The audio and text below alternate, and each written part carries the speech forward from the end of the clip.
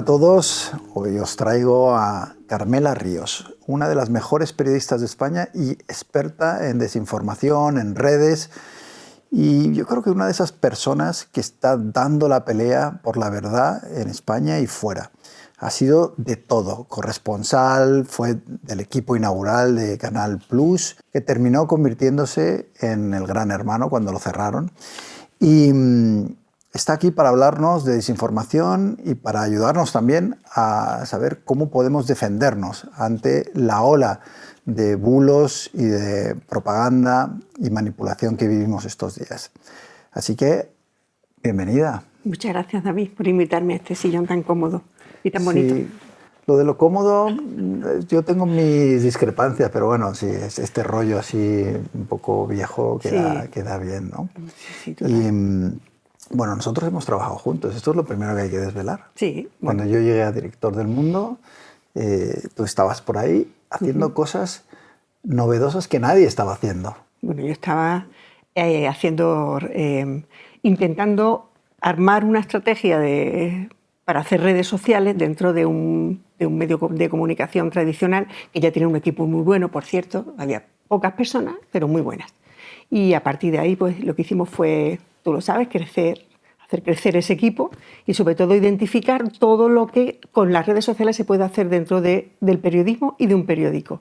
Y eso significaba pues, hacer proyectos de periodismo móvil, es decir, ir a la calle con un móvil en la mano y generar noticias y historias, ¿no?, que nutrían después nuestras redes, también promocionar todo lo que se hacía desde dentro y después lo que tú conoces también, que era abrir la ventana de la redacción a los lectores y ir enseñando procesos internos, ¿no?, que siempre quedan un poco apartados y ocultos a los espectadores y tal. Sí, tengo una memoria tuya persiguiendo a algunos redactores para convencerles de que se abrieran una cuenta de Twitter entonces, ¿no? Sí, exactamente, pero tampoco yo les apabullaba. Muchos de ellos, hay que decir, que venían a mí y me preguntaban... Tenían la curiosidad, ¿no? Exactamente, ¿qué crees que tengo que hacer?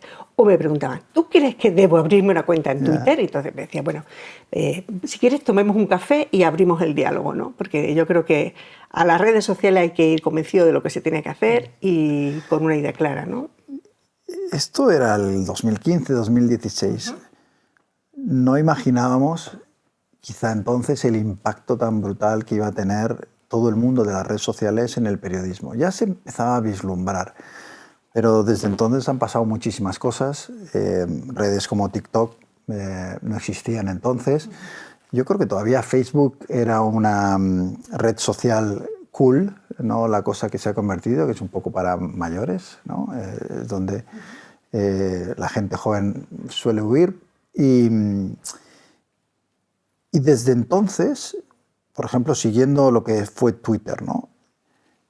Yo recuerdo Twitter cuando era todavía un espacio de debate sosegado, moderado, donde había un montón de expertos de todo, donde encontrabas muchísima información útil. Ahora me encuentro, todo tipo de basura, me encuentro manipulación, me encuentro insultos. Hoy mismo colgué una cosa sobre Trump y es impresionante la cantidad de odio, de insultos e incluso amenazas, ¿no?, que cualquier persona recibe. De hecho, las mujeres todavía más. ¿Qué ha pasado?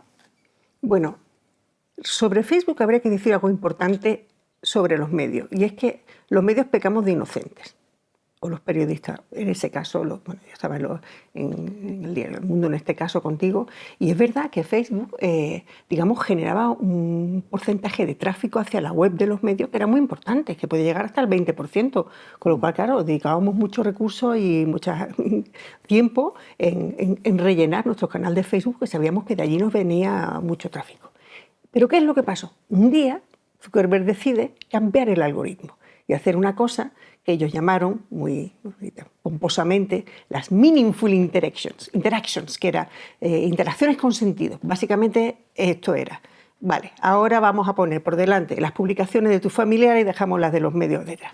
Y eso tuvo un impacto en el tráfico de los medios brutal, con lo cual, claro, digamos que ha habido como una dolorosa toma de conciencia por parte de los medios de que estábamos al albur de lo que el algoritmo y los responsables de las redes sociales querían hacer con nosotros.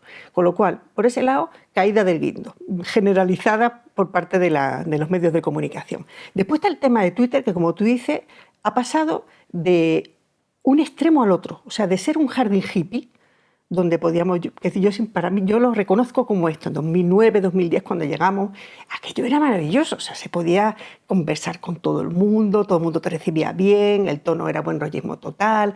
Es más, de vez en cuando quedábamos, hacíamos desvirtualizaciones, las llamamos, y decía, oye, ya estos diálogos que tenemos por Twitter ya me saben a poco, yo lo que quiero ahora es conocerte en la vida real. Bueno, venga, y quedábamos. Esta época claro, casi de Tinder, de Twitter, no la conocí. Bueno, pues esa fue una época muy bonita. Entonces había quedadas colectivas y además se juntaba ahí gente que cada uno era hijo de su padre y de su madre, porque de pronto aparecían por allí abogados, periodistas, gente que no tenía nada que ver, pero que tenía un punto de conexión y de complicidad a través de Twitter.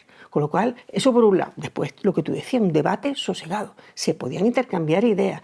Gente que se pasaba referencias. Espérate, que te voy a pasar de esto de que estamos hablando y un artículo muy bueno. O este libro te va a encantar. Con lo cual, aquello era realmente la buena esencia de las redes sociales, que es lo que tenemos que preguntarnos si eso se puede recuperar en entornos donde la desinformación, los discursos del odio, donde la dictadura del algoritmo por razones económicas y tal cual no dominen, digamos. ¿Existe esa posibilidad de redes sociales? Esa es la pregunta. ¿Qué es lo que pasó? Bueno, pues digamos que ese Twitter duró hasta que un número importante de gentes y sobre todo de actores malignos, vamos a llamarlo así, se dieron cuenta de que la viralidad que servía para hacer cosas tan buenas como las primaveras árabes o como el movimiento del 15M, que fue sobre todo y al principio una protesta civil que hablaba a la gente en redes, que se organizaba desde las redes y que algunos contamos desde las redes sociales, bueno, pues todo eso fue muy bueno, pero claro, llegaron actores que dijeron, oye, esta misma posibilidad de viralización de este tipo de cosas se pueden utilizar para otras cosas. Y además se dieron cuenta de que a los algoritmos les encanta todo lo que son emociones, y emociones negativas, insultos, el miedo, la ira. Esto era un polvorín, era la pólvora, era la gasolina viral, ¿no? Y a partir de ahí se fueron construyendo un diálogo que ya no era un diálogo bueno. Paralelamente pasaron cosas como Cambridge Analytica, con su antecedente, porque ahí hay una historia fantástica, David, esto lo tienes que contar otro día, que es cómo se juntan psicólogos de Cambridge con una herramienta, que acaban diseñando una herramienta de Facebook que sirve para extraer de cada perfil de Facebook estudiado un perfil psicográfico, una identidad personal, una personalidad, y a partir de ahí construir toda una infraestructura que permita mandar en Facebook publicaciones exactamente al público que tú quieres. O sea, hubo una ingeniería que se puso en marcha a partir de entonces y yo creo que ese fue el principio del fin o el principio de lo que estamos viviendo, ¿no? Y pasamos del amor hippie al odio oscuro de hoy, ¿no? Y en todo este proceso uno como periodista siempre quiere buscar culpables, ¿no? Y evidentemente hay unos agentes que quieren manipularnos, que quieren utilizar las redes sociales para crear una opinión pública, para la propaganda y demás. Pero, ¿qué hemos hecho mal para que dejáramos que esto ocurriera? ¿Fue que los gobiernos no supieron ponerle freno? ¿Ha sido quizá que hemos dejado que un grupo de personas en Silicon Valley se salgan con la suya? En algún momento debió haber alguien que dijera esto está pasando y hay que tomar medidas, y no se ha hecho. Yo creo que se reaccionó tarde, pero claro, hemos tenido que pasar también una época de deslumbramiento de lo que era la cultura y la cultura de empresa de Silicon Valley, ¿no? Digamos que todos mirábamos este modelo de empresas enormes, muy grandes, digamos con una expansión sin límite, con una rentabilidad increíble. No sé tú, pero yo he estado envidiando durante mucho tiempo las condiciones de trabajo que tenían amigos míos que trabajan en Amazon, en Facebook o en Twitter. Estaban muy cuidados. O sea, que decir, hubo una cultura, digamos, sobre la tecnología y las empresas que rodeaban a ese mundo que molaba mucho, David, estaba muy bien. ¿Qué es lo que pasó? Lo que pasó, en mi opinión, es que las disfunciones que las redes sociales iban provocando por el camino se quedaron escondidas o, digamos, fueron lo suficientemente líquidas y lo suficientemente fragmentadas para que no supiéramos verlo. Primero, que los gobiernos no identificaran el peligro que estaban suponiendo porque estaban modificando la percepción que de la realidad tiene mucha gente, y por otro lado, el periodismo por uvas.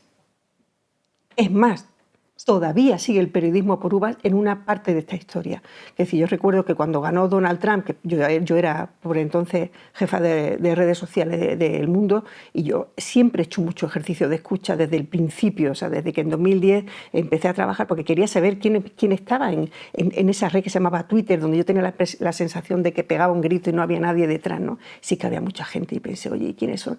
Bueno, había una conversación sobre malestar de la gente joven y tal, a la que yo jamás hubiera accedido como señora que soy, como una persona mayor, y me encontré hablando por tuit interpuesto con gente de universidades en Madrid y tal, que tenían otras preocupaciones diferentes a las mías o que yo no estaba viendo ver. Y ahí hay un magma de descontento que se nutre, que crece y que después germina en algo políticamente. Yo le llamo esto el efecto Alvise. Es decir, cuando los periodistas se nos pone cara de tonto, porque de pronto hay un tipo que no conoce a nadie, con una formación política a la que le anda por llamar, se acabó la fiesta, y que saca 3 eurodiputados... 800.000 votos, sin ninguna atención en los medios generalistas. Exactamente. Y lo hemos vuelto a ver con las últimas elecciones en el caso de Trump también, como Harris, yo creo que volvía a la CNN, a los medios tradicionales, y un Trump que se centraba en YouTube, en podcasters, en Joe Rogan, en todos estos creadores de contenido que hoy tienen más influencia que los medios generalistas y pueden cambiar la opinión de una manera mucho más determinante. Pero mira, David, yo abriría un doble debate, o una doble reflexión. Por un lado, efectivamente, los medios de comunicación se han visto superados, lo que te decía, porque no han sabido contar esa historia de la desinformación que estaba impactando de lleno. ¿Por qué? Básicamente porque cuando tú y yo, todo el mundo se abrió la cuenta de Twitter o la red que fuera, lo que quería era contar cosas. O sea, nos encontramos con nuestro pedestalillo, nuestro alimentador de ego. Yo pongo aquí cositas, mucha gente me sigue, I am the winner, y hablo con ellos y tal. Cuando era lo menos importante, es como si tú llegas al Congreso y lo único que quieres es ponerte a hacer una salidilla, un plato delante del Congreso, de los leones, o hacerte una cosita en mitad de una sesión de Congreso. Cuando llegas a un sitio donde están pasando cosas, lo que hacemos los periodistas, por lo menos a mí me enseñaron eso, es llegar, mirar, entender, observar, hablar con la gente y contar lo que está pasando. Y nosotros no contamos lo que está pasando porque nos convertimos en parte de la historia, de las redes. Y lo que estaba pasando allí es que había desinformación a cascoporro y, sobre todo, había una forma de comunicarse por parte de ciertas órbitas ideológicas que estaban replicando desde Cambridge Analytica, Trump, Frente Nacional, Vox en España y tal y cual, que era siempre la misma. Entonces, tú dices, y cuando eran todos ellos irrelevantes o muy poco relevantes en los panoramas políticos de sus países. Y nosotros los veíamos, por lo menos los que estábamos mirando, los veíamos subir y subir y subir y subir, mientras el periodismo político español se dedicaba a mirar la política convencional. Y eso no ha dejado de darnos disgusto desde 2017, y aquí estamos todavía, ¿no? ¿Ha ganado la derecha la batalla de las redes sociales? Y lo digo porque en los inicios de algunas de estas redes sociales yo veía una presencia mayor de la izquierda. De hecho, incluso los trolls que yo tenía, por ejemplo, antes eran mayoritariamente de izquierdas, hace algunos años, y luego hubo un viraje y poco a poco fui viendo que esto iba hacia la derecha y hacia la extrema derecha, hasta el punto en el que ahora me da la sensación de que es una dominación casi total. Yo diré 2 pequeñas puntualizaciones. Hay que diferenciar entre la derecha democrática y la extrema derecha. Eso por un lado, que no tiene nada que ver, y en redes tampoco. Es decir, digamos, pueden ser tan acertados o desacertados en su forma de hacer. yo creo que la extrema derecha es una de las grandes beneficiadas de este tipo de hacer política porque además lo utiliza. Mira, te voy a contar una anécdota. Hay una tipa que se llama Frances Haugen, que es una ex ingeniera de datos que trabajó en Facebook durante varios años. Desde dentro, realista y honesta. Entonces, cuando vio gran parte de las cosas raras que pasaban en Facebook, como por ejemplo que hubiera tsunamis de descalificaciones o campañas de odio montado hacia la comunidad minoría musulmana en Birmania y que aquello provocara una matanza de rohingyas, por ejemplo, de 10.000, claro, ella llamaba a la puerta cada vez que veía este tipo de cosas. O cuando veía, por ejemplo, temas de anorexia, de temas de páginas de gente que hablaba en Instagram sobre suicidio. Y decía, esto no puede ser, efectivamente, hay muchas chavales que se han suicidado cuando han encontrado esto. Y ella llamó a la puerta y dijo, tenemos que hacer algo porque aquí hay chicas que lo pasan mal y hay una parte de la política que se está haciendo en el mundo que estamos insuflando nosotros gracias a nuestros canales con odio y tal. Y una de las cosas que hizo, después lo contó, fue venirse a Europa y hablar con los partidos políticos. Y hay una conversación que ella reproduce en un libro que ha editado en España, en la que dice que se reunió con varios partidos políticos españoles. Y uno de ellos se quejó. Un partido del espectro democrático dijo, oiga, a ver, nosotros no queremos jugar sucio, no queremos jugar a insulto, no queremos jugar a la descalificación, a la polarización, no queremos jugar a las cuentas falsas, pero claro, estamos viendo que los otros lo están haciendo y le está funcionando bien. O sea, que dentro de los partidos políticos estaban viendo que se podían hacer cosas en redes y que era lo que funcionaba. O sea, es decir, ahora mismo la campaña de éxito es la campaña de Trump. Es que es así, la desinformación no tiene reproche, no tiene castigo, no, al contrario, un tipo que bueno, aparte de la catadura moral que pueda tener por su pasado en mil historias, es que claro, es un tipo que ha utilizado abiertamente la desinformación en un debate con Kamala Harris diciendo que los inmigrantes de Haití se comían los perros o las mascotas en un pueblo que se llamaba Springfield. Y eso era mentira, ¿entiendes? Pero no parece que la mentira tenga ninguna importancia. No, ninguna, al contrario. Es decir, que te puede incluso premiar. Es que la mentira, y este es uno de los grandes paradigmas y paradojas de esta época que nos ha tocado vivir, querido David, es que muta. La desinformación está mutando. En el caso de los gatos de Springfield, cuando encontramos ese bulo que salió de un grupo de Facebook que se llamaba Ohio Crime, que está en Facebook, una señora puso Crime and Information era. Y una señora dijo, oiga, me ha pasado esto, que me ha dicho una amiga de una amiga que una señora que ella conoce tenía un gato que ha desaparecido y que se lo estaban comiendo en una barbacoa unos haitianos que viven aquí al lado. Y a partir de ahí se sube el bus, sube. Hay un primer desmentido de la policía de Springfield que dice, no nos consta ninguna denuncia. Vienen los medios regionales y dicen, nosotros no hemos encontrado nada, pero ya daba igual, porque aquello ya llegó a la cuenta de J.D. Vance. Y entonces J.D. Vance lo utilizó como argumento en su cuenta. Pero lo siguiente no fue eso, fue que ese bulo se convierte en un meme que utiliza, ojo, la cuenta de Twitter del grupo republicano en la Cámara de Representantes, el mismo grupo de Trump que hace un meme en el que se ve a Trump llevándose a dos gatos bajo el brazo, como diciendo yo soy el salvador de los gatos, con lo cual ese bulo, en vez de premiar, lo que se transforma en un meme y se convierte en la conversación mainstream de toda la parroquia ideológica conservadora. Entonces ya la gente utiliza ese bulo de mil formas. Trump lo saca en un debate presidencial y a partir de ahí todas las redes sociales acompañan ese bulo haciendo vídeos con inteligencia artificial en las que se ven a los gatos de Springfield que están siendo reclutados por la Armada Americana para ir a combatir contra los inmigrantes haitianos y una cantidad de contenido súper creativo. Pero no importa en el sentido, desde su punto de vista, de que cumple el objetivo.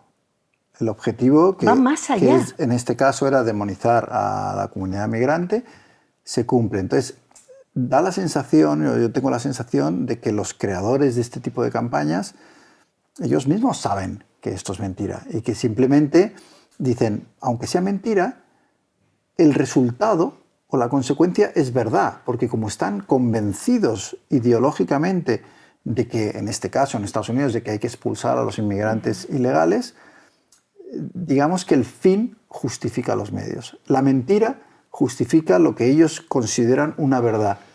y un bien. Claro, pero en este caso date cuenta que el fenómeno es doble. Es decir, seguro que en el camino hay decenas o miles o decenas de miles de americanos que se creyeron lo del bulo de los gatos en la barbacoa. Pero claro, hay una segunda, que es la emergencia a partir de un bulo de toda una conversación en la que se utilizan elementos de narración completamente diferentes, un meme, cosas con IA, creaciones de todo tipo y tal, que no tienen nada que ver, que sirven básicamente para que la gente se divierta con esto. Y el choteo, el troleo, esto lo cuenta muy bien un tipo que se llama Giuliano D'Ampoli, que ha escrito un libro que es el libro de referencia para todo esto, que se llama Los ingenieros del caos. Y esto lo cuenta muy bien Giuliano D'Ampoli en su libro, en el que dice cómo la ridiculización es una de las mejores herramientas políticas que hay en este siglo. El choteo, el reírte del otro, el meme. El meme, exactamente. ¿No? Un poco la campaña de risas. Has mencionado Birmania. Que tú conoces bien. Y claro, es una historia que yo cubrí como corresponsal. Y digamos que es la historia en la que yo me doy cuenta del poder negativo que puede tener la manipulación a través de las redes sociales. Hay un post en Facebook en el que se acusa a un musulmán de los Rohingya de haber agredido a una mujer budista de la mayoría étnica de Birmania. Ese post genera una reacción brutal de asesinatos sobre la población rohingya. 700.000 tienen que salir huyendo hacia la frontera Bangladesh, decenas de miles de muertos y demás, ¿no?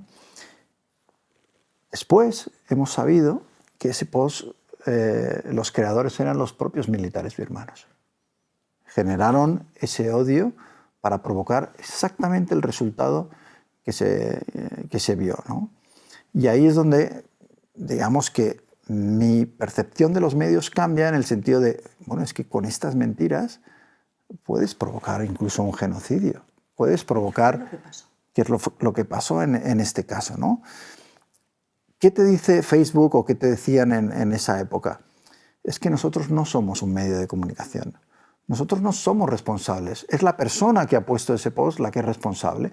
Nosotros simplemente les damos, somos el kiosco. Luego que los periódicos escriban una cosa u otra no es nuestro asunto, ¿no? ¿Cómo se puede desbaratar ese asunto en el cual la intención claramente es quitarse la responsabilidad de todo esto? Una respuesta muy sencilla. Tiene una palabra que se llama, en nuestro caso, periodismo. Yo te voy a lanzar una pregunta. Yo me resisto a pensar que el ejército birmano tuviera un conocimiento lo suficientemente importante del funcionamiento de las redes y de las campañas que llaman de astroturfing para montar una campaña de odio con esa eficacia. Entonces, yo creo que tendríamos que hacer una pregunta, es ¿quién ayudó al ejército de Birmania a montar esa campaña? Claro, eso es la difusión posterior. Entonces tú dices, en los medios. ¿quién? Es decir, ¿quién está haciendo las campañas? ¿Quién ha enseñado a hacer estas campañas? Esta estructura con cuentas falsas, con trolls, con falsos medios, con falsas cuentas de Instagram, la industria de la desinformación. Que esa es una de las cosas que el periodismo todavía no ha resuelto. Entonces, cuando yo digo que el periodismo tiene una parte de la solución, si sabe, simplemente poniendo una linterna sobre lo que está pasando.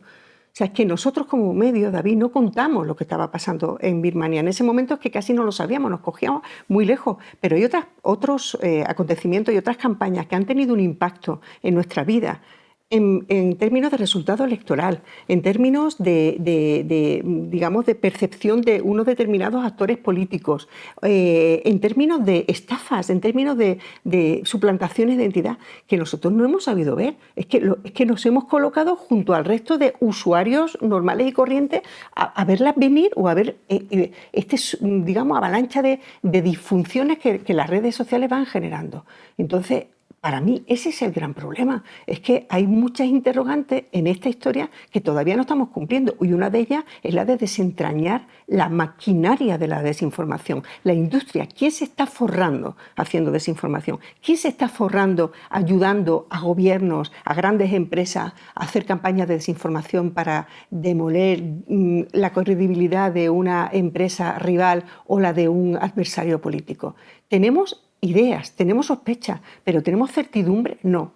Y entre otras razones, porque no sabemos ni ir al primer escalón de esta investigación, que es la de entrar con método a las redes sociales para poder verlas como las contenedoras de grandes historias periodísticas que tenemos que contar, aunque nos va a resultar mucho más difícil contarlas que contar una sesión de control al gobierno, unas elecciones normales o un debate electoral. Pero es que no hay otra, David, porque es que vamos caminos directo a la obsolescencia y a la irrelevancia absoluta, ¿no? Bueno, eso pasó en las últimas elecciones estadounidenses, ¿no? Mayoritariamente los medios de comunicación tradicionales apoyaron a Harris y eso no tuvo ningún efecto. Trump, yendo a esos podcasters, youtubers y demás, les sirvió para llegar al público al que él quería llegar, transmitir los mensajes que él quería transmitir sin que además se lo rebatieran, porque muchas veces no hay un periodismo, digamos, combativo que ponga en duda las cosas que se dicen. Y tiene toda la pinta de que ahí fue clave Elon Musk, ¿no? No solo en los 270 millones que se gastó en ayudar a Trump a ganar las elecciones, sino en la manera en la que puso una red social como X en favor de un candidato. ¿Hasta qué punto tú crees que eso fue decisivo en esas elecciones y lo puede ser en otras en el futuro? El hecho de que estos magnates, oligarcas de la tecnología, puedan terminar decidiendo el destino de los países con el poder económico, político y también con las herramientas que tienen de comunicación. Efectivamente, hay riesgo real, lo estamos viendo.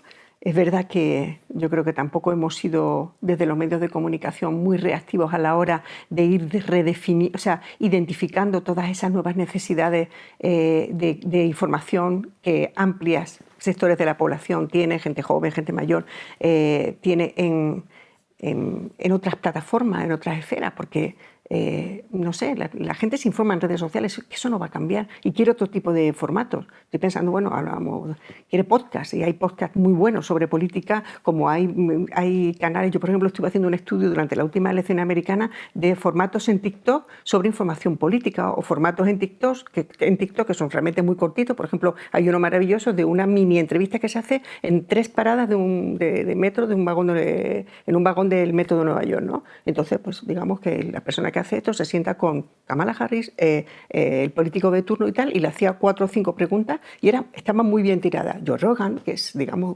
uno de los grandes papas del podcast en Estados Unidos y que ha tenido un impacto muy grande. Eso es un problema, es decir, la falta de adaptación a ese tipo de formatos que necesitamos trabajar desde los medios convencionales, con una cara identificable, etcétera, etcétera. Y otro es otro es un tipo como Elon Musk, que se atribuye, digamos, o que atribuye para su empresa, que es X, un poco la condición del gran medio de comunicación global. Básicamente lo que significa es sombrear, digamos, lo que intenta sombrear la credibilidad de los grandes medios para que la gente comparta sus contenidos, comparta sus vídeos, comparta sus imágenes, y a esto a él le llama periodismo. O sea, él dice esto del you are the media now, ¿no? Vosotros sois los medios de comunicación, lo que significa pegarle una patada a todo lo que supone el periodismo, de información relevante, jerarquizada, ordenada, veraz, por supuesto, etcétera, etcétera. No lo quiere, lo único que está haciendo es crear un ecosistema de información a nivel planetario que se convierta en el gran órgano, yo te diría, de propaganda planetario, porque evidentemente la conversación que se tiene ahora mismo dentro de X está claramente escorada hacia un lado. Esto pasa normalmente en todas las redes. He hecho una investigación en la campaña electoral europea, abriendo perfiles en varias redes sociales, y es alucinante, porque es que no hay manera de ser moderado. Esto sucede. Entonces, esto en X ahora es una realidad. Es decir, digamos, el algoritmo va a premiar sistemáticamente a todo lo que está cerca de su órbita ideológica. Por ejemplo, Le Monde, perdona, te digo una cosa que es que no quiero que se me olvide.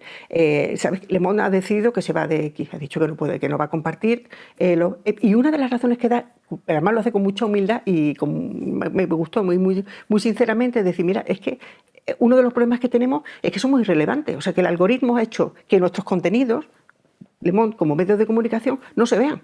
El algoritmo nos penaliza sistemáticamente, con lo cual, digamos, el alcance que obtienen, el número de visualizaciones, de compartidos, me imagino de generación hacia su tráfico web, es mínimo. Con lo cual dice, no les compensa, claro. ¿No? ¿Qué interés tener? Claro, que decir, seguramente no sucede eso lo mismo en otro Pero tipo si de yo tuviera medios, que ser el abogado del diablo, en una conferencia en la que hemos estado recientemente, Lechero, que es uno de los youtubers pioneros de este país, se quejaba de la censura a través de los sistemas de verificación, como él mencionaba la cantidad de veces que su canal ha sido baneado.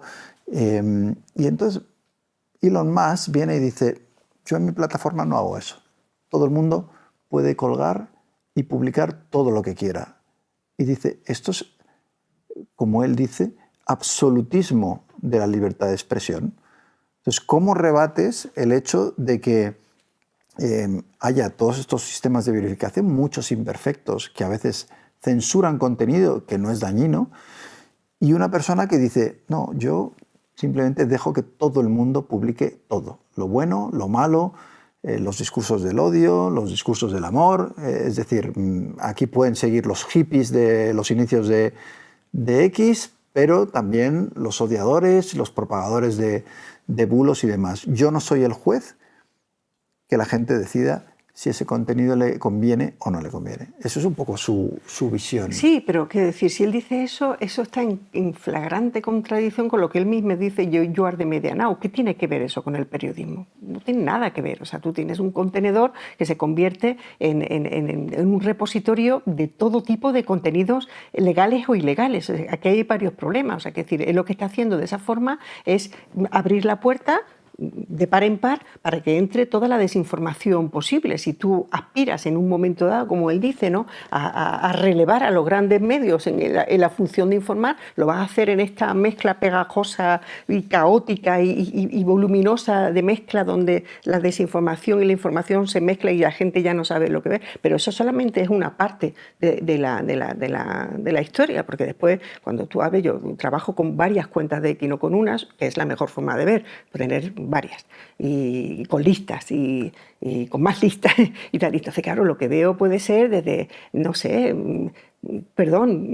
chavales de 7 años haciendo felaciones a un señor en Filipinas, o estafas financieras que suplantan la identidad de Marta Ortega, que habla y recomienda que la gente se descargue una aplicación para ganar dinero con criptomonedas, que es falsa, en una estafa europea en la que han caído un montón de gente, y después cuentas que cada día lanzan 5 reflexiones sobre Adolf Hitler, o cuentas antisemitas, oleadas de cuentas antisemitas. ¿Qué tiene que ver eso con la libertad de expresión? O sea, que decir, yo creo que Elon Musk y Donald Trump manosean el concepto de la libertad de expresión amparados por la primera enmienda americana, ¿no? En lugares como España, la prensa tradicional, digamos, se lo ha puesto muy fácil. Porque uno de los argumentos es, bueno, vale, tú nos estás acusando a nosotros de difundir desinformación, pero ¿quién se inventó el bulo del 11M? Un medio tradicional, varios medios tradicionales.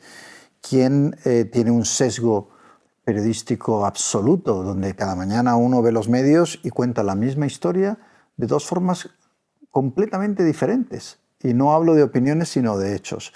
Los intereses económicos.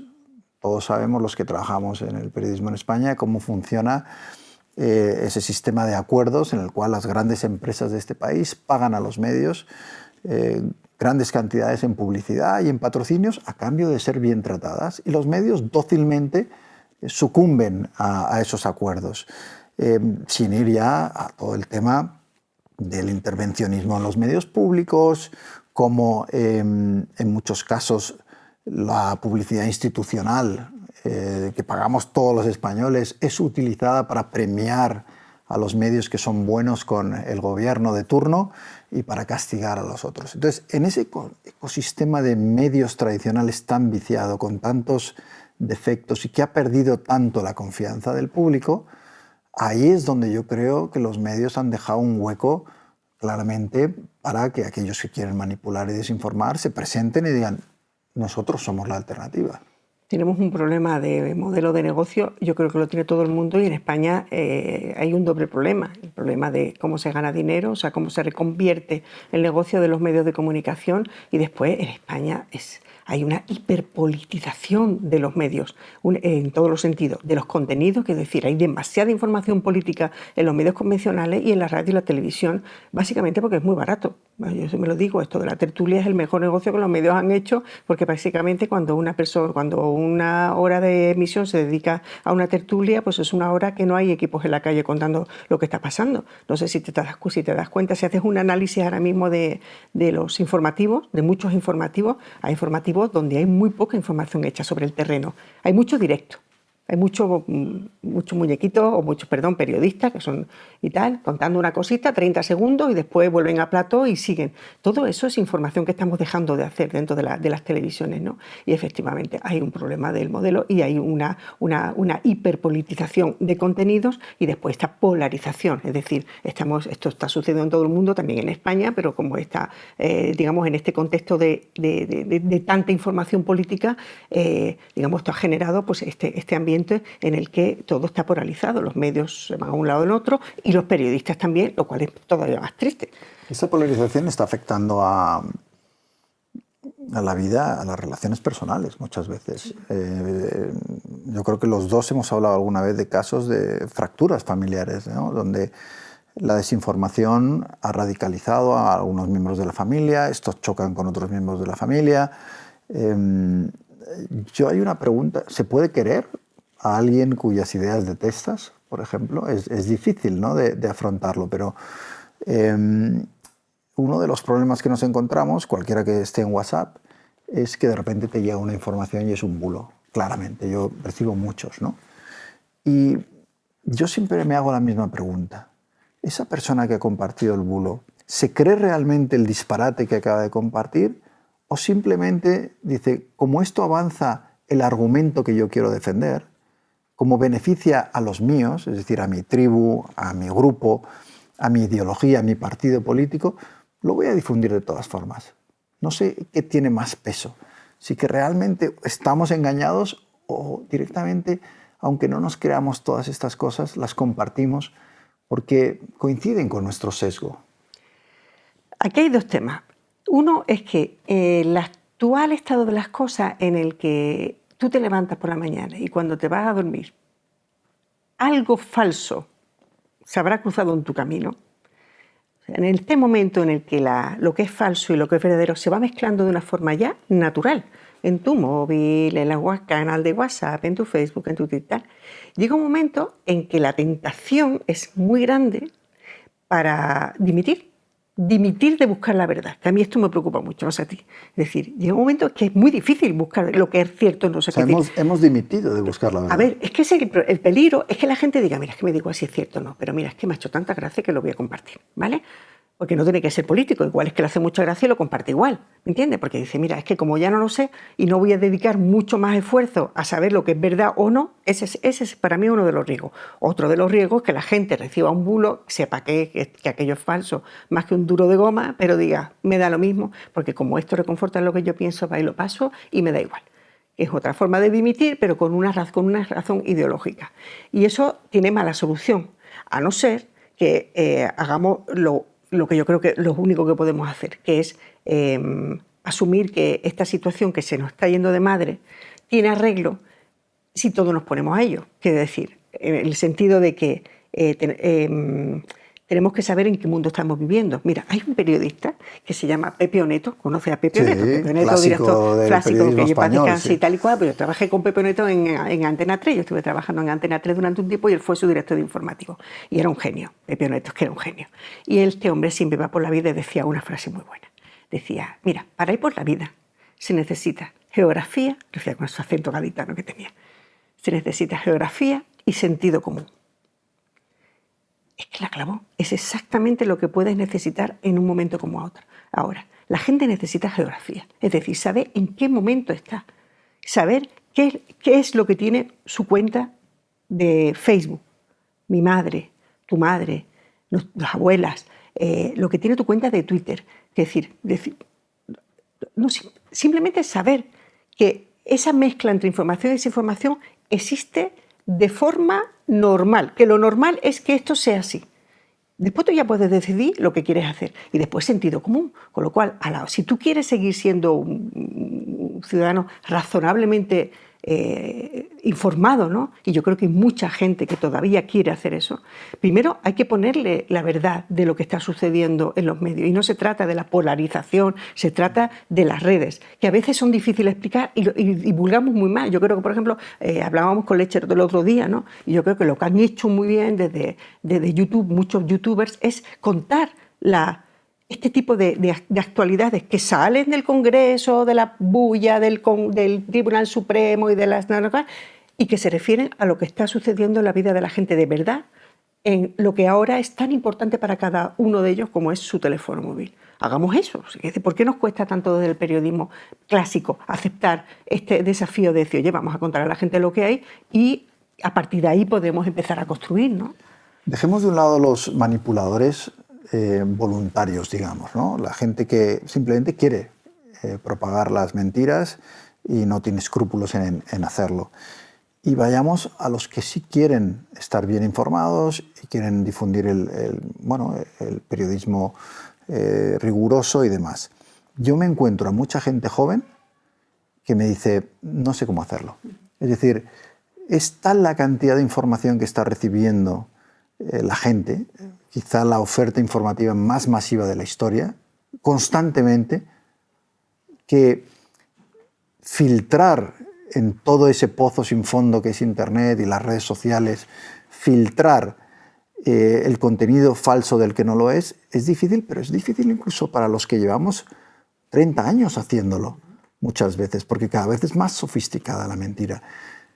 Entonces, hablemos un poco de cómo ayudar, porque esto es una pregunta que me hace sobre todo gente joven, ¿no? ¿Cómo hago para diferenciar un bulo de una información real? Selecciona tu fuente.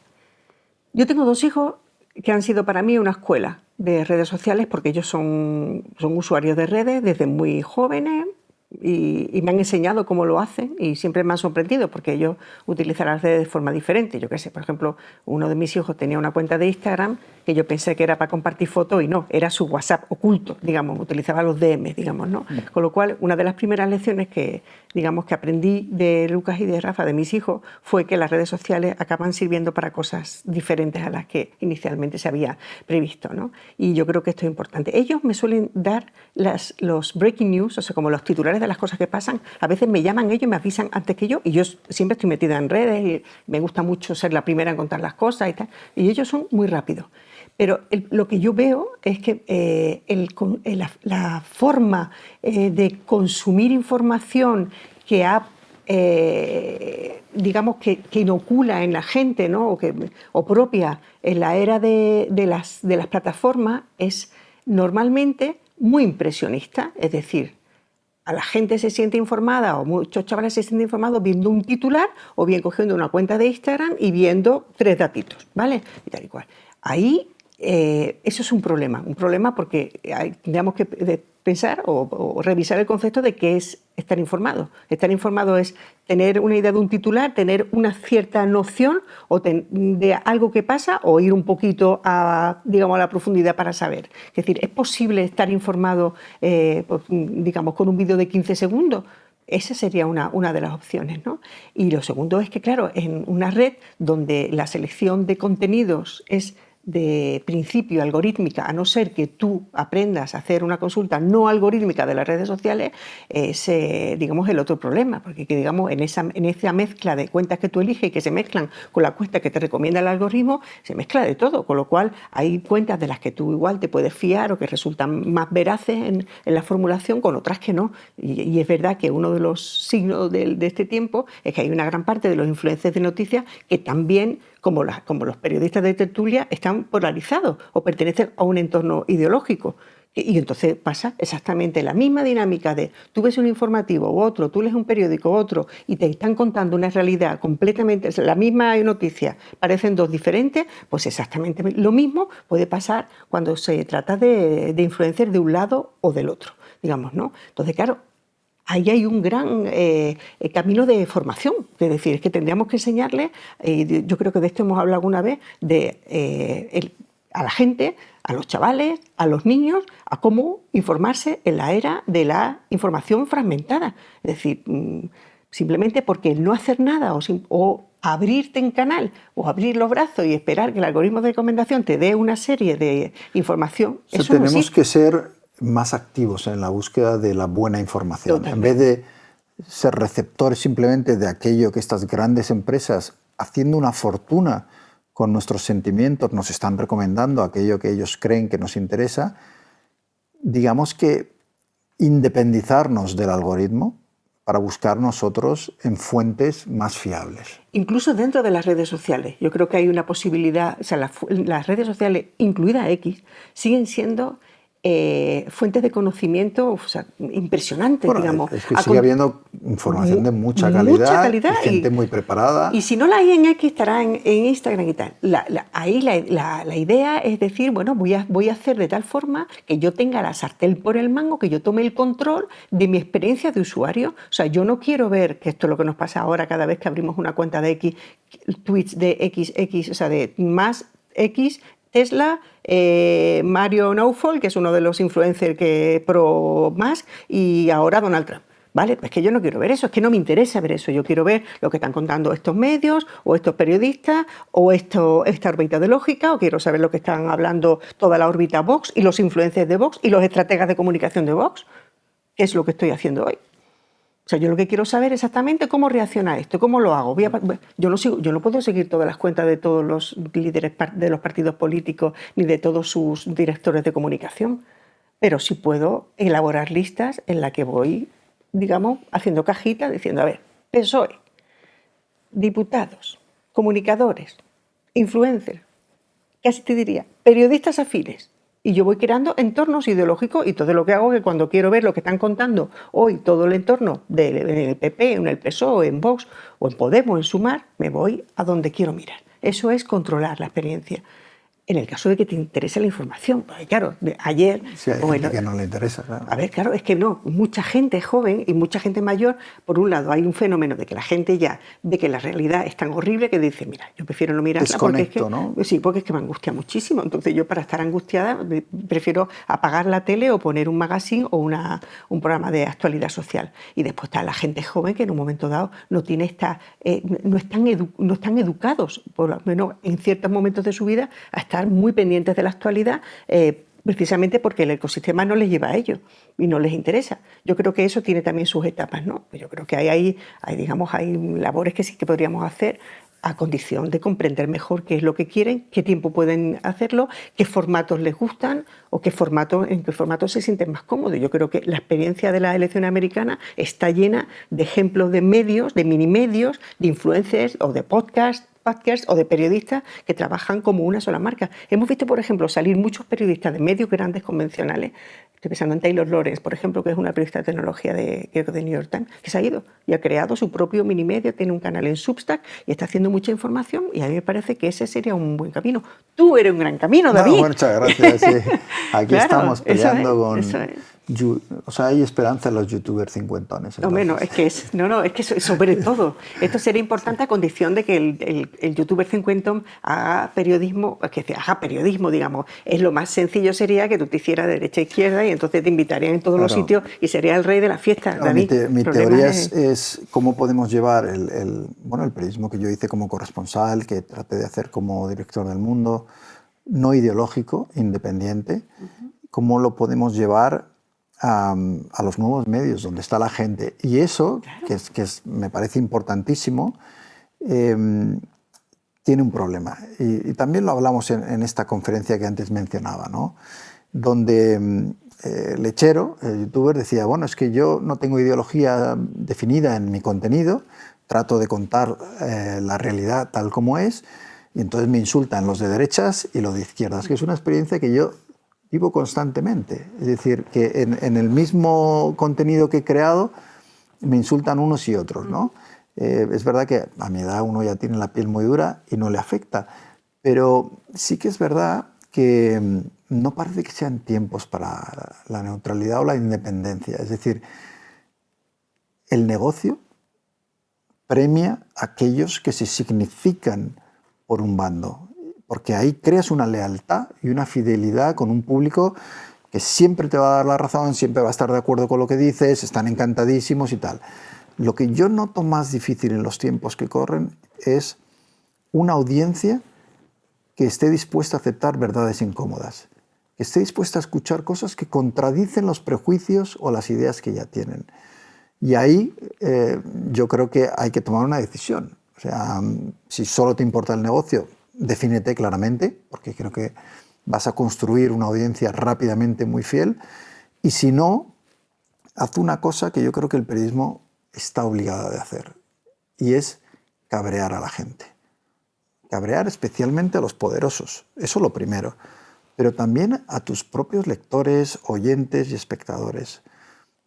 Cuando yo dirigía El Mundo, y El Mundo tiene unos lectores que son de centro-derecha y muy de derechas, claro, me tocó toda la cobertura de los casos de corrupción del PP, la Gürtel, etcétera, ¿no? Y en El Director cuento la anécdota de cuando iba al kiosco y me encontraba a esos lectores, el kiosquero muy simpático decía, aquí está el director del Mundo, venid, tal, os lo presento y tal, ¿no? Y yo cuento la anécdota esa de cómo ellos me decían, pero ¿por qué has publicado este caso de corrupción del Partido Popular? Son de los nuestros. Y claro, yo decía, serán de los tuyos, porque yo como director del Mundo podré tener mis ideas, pero si un periodista de La Redacción viene con una exclusiva, una investigación sobre el Partido Popular, voy a publicar. Si es del PSOE, también, o de Podemos, o de Vox, me da igual, ¿no? Pero ese concepto se ha perdido porque los propios medios se han hecho tan sesgados que tienes un bloque investigando a la derecha y defendiendo siempre lo que hace la izquierda. Y por otro lado tienes un bloque de medios de izquierda que defienden todo lo que hace la izquierda, se han convertido casi en abogados, y atacar todo lo que hace la derecha. ¿Cómo rompemos esa dinámica tribal, sesgada de bandos? Yo es que pienso que eso va a ser una cuestión de años, pero también va a ser es una cuestión de cultura democrática de un país. Y yo creo que yo confío mucho en la gente que viene detrás, porque yo también. Yo creo que van a ser mucho menos sesgados que nosotros. Totalmente, vamos, también lo creo. Pero también pienso que en esta reconversión del periodismo necesitamos hacer otras cosas, como por ejemplo sacar la información política. Hemos hablado muchas veces de prensa internacional, cuando tienes la suerte, ¿no? Que yo pienso que es una suerte de poder leer en otro idioma, ¿no? Y ahora con la inteligencia artificial todos podemos leer otro idioma porque tenemos traductores, todos los que queramos. Vemos que hay grandes medios que dedican a la información política una pequeña parte y que dedican esos esfuerzos de periodismo a otras cosas donde es súper importante. Temas sociales. A ver, la vida, David. O sea, que si estamos viendo ahora mismo una investigación un internacional. En la vida de la ahora gente. mismo hay varios medios europeos que han sacado una investigación, en España lo ha hecho Datavista, que es ejemplo de medio que utiliza datos para hacer gran periodismo y grandes de la historia sobre el tema de la presencia de los plásticos Es decir, estamos contaminándonos. O sea, que todos los que estamos en nuestra habitación grabando esto tenemos plástico en nuestro organismo, es así. Y esto tiene unas consecuencias sobre la salud. Está el mar lleno de plástico, las playas llenas de plástico, y después la industria está mintiendo directamente sobre la presencia de plástico o sobre los efectos que tiene. Hay investigaciones sobre eso. ¿Se sabe algo de esto? De esto no habla nadie. Hay temas de industria con implicaciones en el medio ambiente, en la salud de la gente, la contaminación. Que a todo el mundo le da lo mismo si hay contaminación o no, parece, ¿no? Y yo creo que hay una contaminación atmosférica que mata a 7.000 personas cada año en España, en datos de hace 2 años, no sé cómo estará la estadística. Oye, pues que podríamos hacer periodismo que no fuera de político. Eso por un lado. Y después, y eso lo podemos llevar a otros formatos, se puede contar dentro de una web, dentro de un periódico, se puede contar dentro de un canal de YouTube, de un canal de TikTok, de un reel de Instagram o en donde sea. O sea, que decir, hay una capacidad, estamos en la era de oro de la narrativa, o sea, hay tantas narrativas posibles. No, se está haciendo muy buen periodismo en y muchos después sitios. yo reivindico, es que esto es importante, en la era de la IA que lo hace todo y es maravillosa porque nos está ayudando increíblemente en muchos procesos y a la hora de recoger información, bueno, hay millones de historias, ¿no? Pero la IA hay algo que no puede hacer por el periodismo, que es bajar al terreno. Bajar al terreno, a mirar las cosas y a contarlas, digamos, ¿no? Con lo cual, ver, escuchar, oler, exactamente. Con lo contar, lo que ha sido el reporterismo toda la vida y que se ha perdido. Exactamente. Mira, te voy a contar una anécdota. Este fin de semana yo estuve en Valencia y recuperé para hacer un taller de periodismo. Y un taller de periodismo que no hacía desde hacía varios años, que es un taller de periodismo con un móvil en la mano, o sea, periodismo móvil y en redes sociales. O sea, enseñar a un grupo de personas, que en este caso eran alumnos, todos periodistas, todos trabajando en medios convencionales, radios, departamentos de prensa, televisión. Y tal. Entonces, dijimos, fui a Valencia para hacer un taller de periodismo móvil, que fue básicamente una parte de práctica, accesorio y tal, y montamos una cobertura para hacer el día siguiente en Blue Sky, que es la nueva red social, muy parecida a X, pero descentralizada, muy diferente, pero que ya tiene, digamos, los elementos suficientes como para poder hacer una crónica e hilar, digamos, una crónica. Y nos fuimos a La Torre, un barrio de Valencia afectado, el último barrio de Valencia afectado por la Dana, donde todavía las heridas son impresionantes y donde había millones de pequeñas historias que merecía la pena ser contadas, ¿no? Donde estaban las personas, donde estaba pues, el estanco que quedó derruido, una óptica desvalijada, ascensores que no funcionan, el campo de fútbol que todavía está intransitable porque están todavía todos los coches arremolinados, que a propósito hay al lado un supermercado que es el único supermercado que está cerrado, es un Consum que está cerrado. Y las señoras del barrio tienen que ir con sus carritos y montarse en un autobús y andar media hora, no andar, sino circular media hora para poderse traer la compra. ¿Quién cuenta esas historias? O sea, ¿a quién le interesa esto? ¿Dónde está esto en la conversación política y en las tertulias políticas? Es decir, cuando contamos la Dana, pues tenemos que contar muchas cosas, pero la Dana tiene millones de pequeñas historias que fuera de los medios no tienen cabida, que en la crónica tradicional, que en un directo de informativo no está.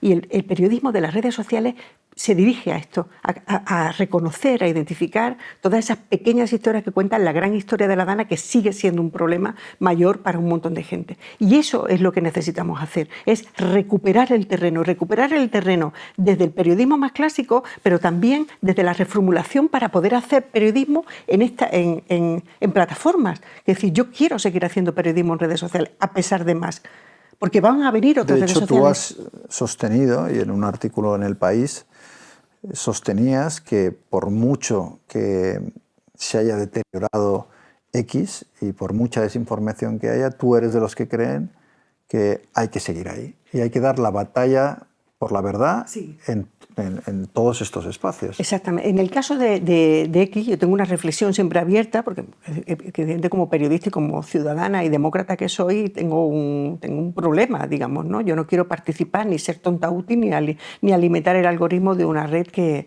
ya no es una red, es una portavocía global de un gobierno y de una forma de entender la política y de la extrema derecha global, ¿no? Y bueno, digamos que uno tiene que medir muy bien sus pasos para ver cuál es el encaje que profesionalmente debe tener.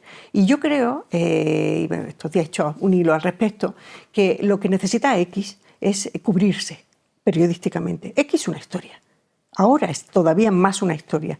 Es una historia contemporánea que necesitamos cubrir. Con lo cual, en X hay que quedarse para cubrir X.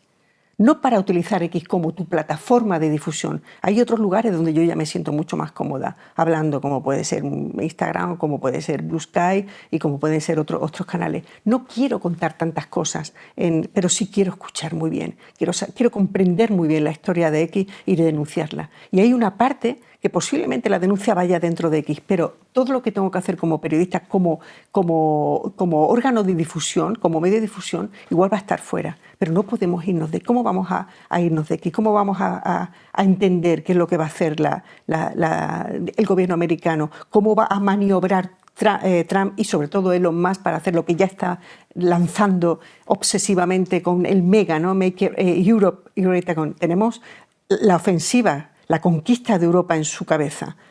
Lo martillea con sus tweets. ¿Cómo me voy a ir? ¿Cómo nos vamos a ir, David? No nos podemos ir de aquí. Tenemos que ver cómo se produce esa ofensiva, cómo se produce esa injerencia dentro de los procesos electorales. Alemania, tenemos elecciones el día 23, en Irlanda, cuando llegue en Inglaterra, donde empujan para intentar tirar al primer ministro. Todo eso se está haciendo de X. X es ahora mismo un terreno para ser contado, más que para contar, en mi opinión.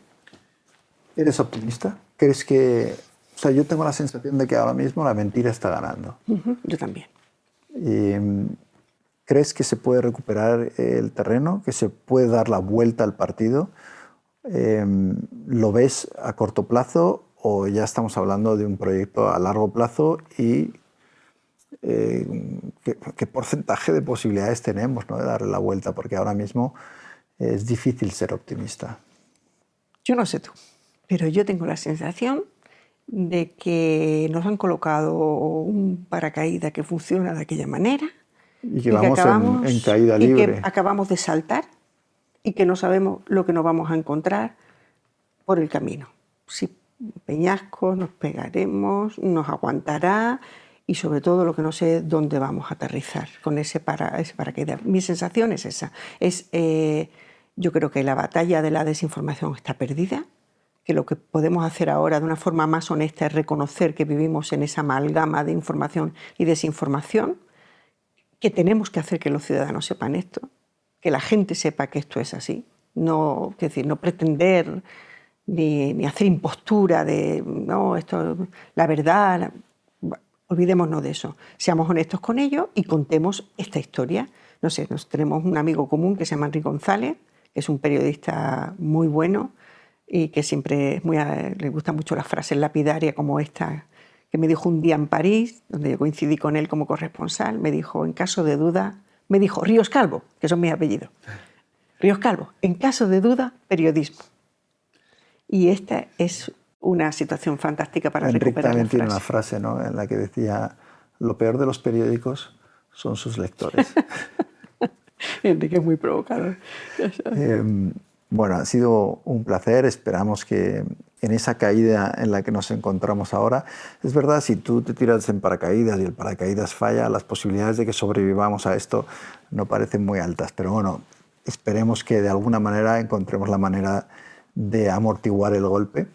Y necesitamos para eso gente como tú, que hable claro y que batalle y esté del lado de la verdad. Así que que cuente, sobre todo que contemos esta historia. Sí.